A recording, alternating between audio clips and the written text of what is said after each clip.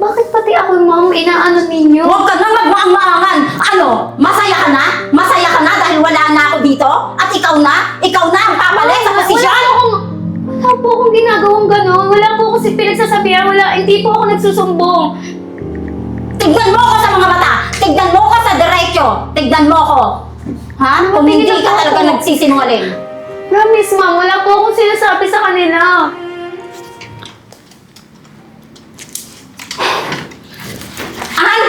Ann! Ano to? Bakit hindi pa tapos ang monthly report ko? Ma'am, ginagawa ko na po. May prioritize lang po ako sa mga accounts natin.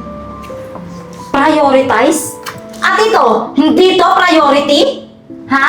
Ako wala akong pakialam dyan sa mga urgent mo ha. Ang priority dito, ako. Tapusin mo yung pinapagawa ko sa'yo. Opo, ma'am. Pasensya na po. Ginagawa ko na po talaga. Okay na. Nagsiselfon lang yan kanina.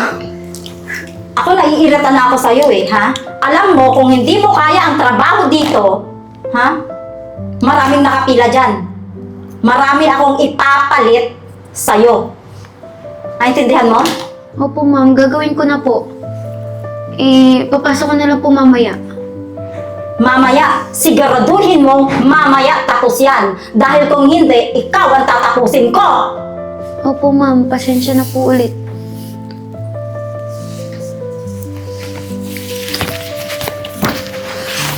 Tapusin mo na yan, anak. Papagalitan ka naman nun.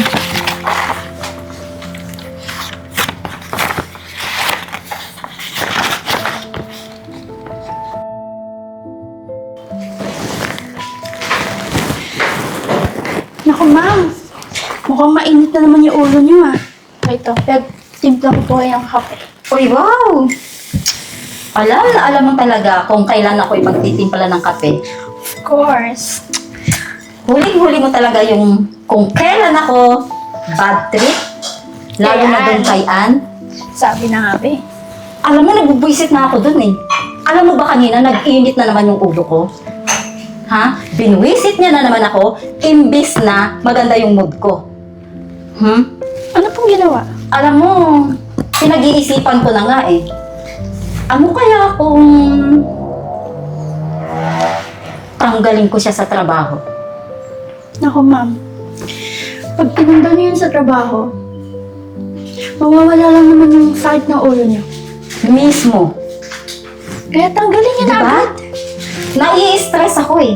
Sa tuwing makikita ko siya, yung pagmumukha niya, yung dulo pa lang ng buhok niya, naiirita na ako. Lalo pag nagsalita siya. Ha? Yung mga trabaho, yung mga presentation na pinapagawa ko sa kanya, hindi matapos-tapos. Paano ba naman kasi? Napakalamya. Napakakupad. Ha? Kulang sa vitamins. Ganun talaga yun si Ann, ma'am. Parang hindi kumakain. Kaya dapat lang natanggalin niyo na yun para mawala yung sakit na ulo niyo. Alam mo, huwag ka magdidikit sa kanya ha. Baka mamaya mahawa ka pa. Hindi talaga, Ha? ma'am. At saka sa susunod, magkapareho na kayo. Pareho na kayong malamya. Ha? Never. Yan na nga isa kong pinag-iisipan eh. Sa palagay mo, tama yung desisyon ko. Oo naman, ma'am. Agree ako dyan. Dapat nga ngayon na eh. Pwede ngayon na. Diba? Relax ka lang. Teka, mainom nga muna to. Parang, No, masarap yan, ma'am. Diba? Yung gusto mong timpla? Alam na alam ko yan eh. sarap nga. Sarap. Kayo talaga? Sige na. Mawala na po ako sa office namin. Pwede ko lunukin? Nakakatawa talaga, ma'am. Sige na po, ha. Sige, ubusin ko muna to ha.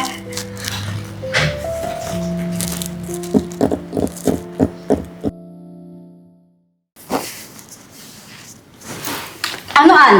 Nasaan yung pinapagawa kong presentation sa'yo? Ma'am, nasend ko na po sa email. Nasend? Opo. Hindi ko nakita. Ha? Kakasend ko lang po, ma'am. Well, Baka- ano ang sinabi ng presentation mo? Sabihin mo na sa akin ngayon. Wag na sa email. So, bali po, ma'am, nag-increase po siya by 10% po. 10%? Yan ba yung ipinagmamalaki mong nag-increase? Alam mo, mas malaki pa sana dyan yung kikitain natin kung gumagawa ka ng maayos. Kung ginagawa mo ng maayos yung trabaho mo. Alam mo yung increase na yan, pang high school lang yan eh. Ha? Ma'am, pero ginagawa ko naman po yung makakaya ko, ma'am eh. Yun na ba yung makakaya mo? Well, hindi pa sapat. Hindi pa sapat yung ginagawa mo. Naintindihan mo? Pasensya na po, ma'am. Sa susunod, ang presentation na ipapakita mo sa akin, yung tumaas ng 50% or 100%. Opo. Naintindihan mo? Opo, gagawin ko po yung best ko. Pagpasensya niyo na po. At saka bakit ganyan ka magsalita? Napakalamya. Kumain ka na ba? Parang kulang ka pa sa tulog. Kulang sa kain, kulang sa tulog. Hindi ko alam kung anong kulang sa'yo eh. Kung kulang ka sa vitamins. Sa susunod nga, pag makikipag-usap ka sa akin, sigla-siglahan mo naman dahil naiirita ako. Sorry po, ma'am. Pinagdadaanan lang po. Pinagdadaanan? Saan ka dumaan? Ba't di ko rin yan dinaanan? Kairita ka?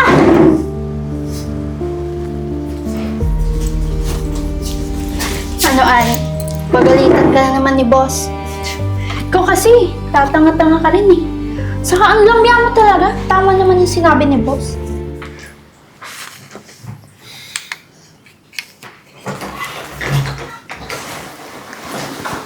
Tagal. Oh, umiiyak ka na naman, Ann? Alam mo ikaw, napaka-sensitive mo. Hindi ka na nasanay sa corporate world. Dapat, marunong ka makipagsabayan.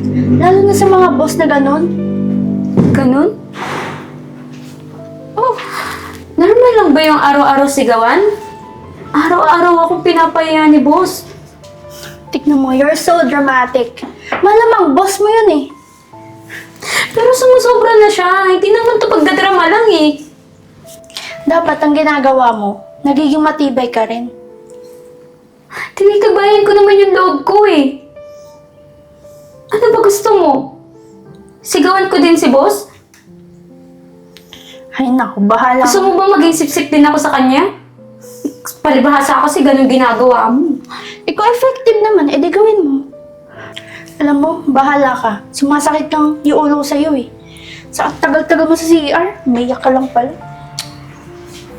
Bumalik ka na doon.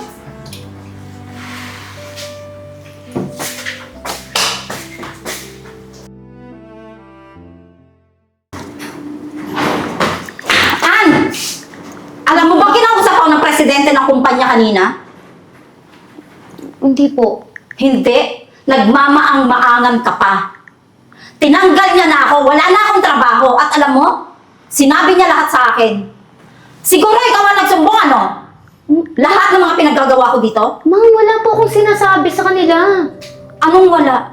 Alam kong ikaw lang ang may lihim na galit! Bakit pati ako, ma'am, inaano ninyo? Huwag ka na magmaang-maangan! Ano? Masaya ka na? Masaya ka na dahil wala na ako dito? At ikaw na? Ikaw na ang papalit sa posisyon? Wala po akong ginagawang gano'n. Wala po ako pinagsasabihan. Hindi po ako nagsusumbong. Tignan mo ako sa mga mata! Tignan mo ako sa diretso! Tignan mo ako! Ha? Kung hindi Tingnan ka mo talaga ako. nagsisinungaling. Promise, ma'am, wala po akong sinasabi sa kanila. At sinong nagsumbong kung hindi ikaw? Alam ko eh, ikaw lang ang may maitim na intensyon! Ha? Wala nga po talaga akong ginagawa dyan, ma'am. Hindi ko po alam kung bakit nalaman nila yung mga Alam mo pinagagawa ninyo. ikaw, napaka-plastic mo! Kahit kailan ka!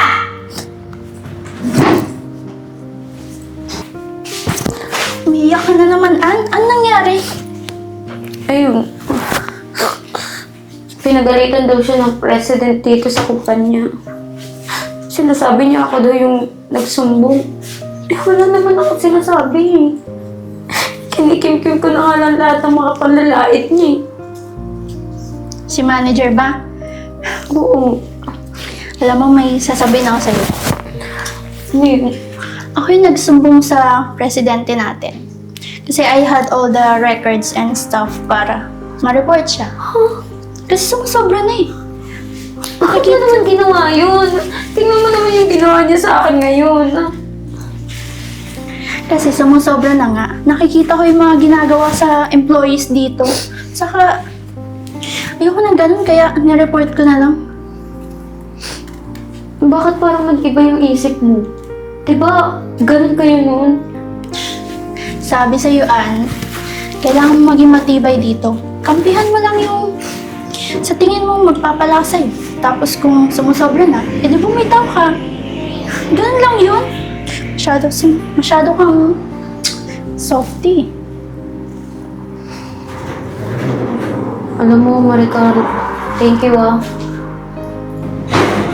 Sigurado ako, Ann, ikaw yung papalit sa position ng babaeng yun. Deserve, no? Kaya ngayon pa lang, kinakongratulate na kita. At dahil doon, hindi libre yung compliment ko. Libre mo nga ng kape. Ikaw talaga, gusto mo lang magpalibre. Tara na, ako na bahala. Tara. Tara. Actually, matcha na lang.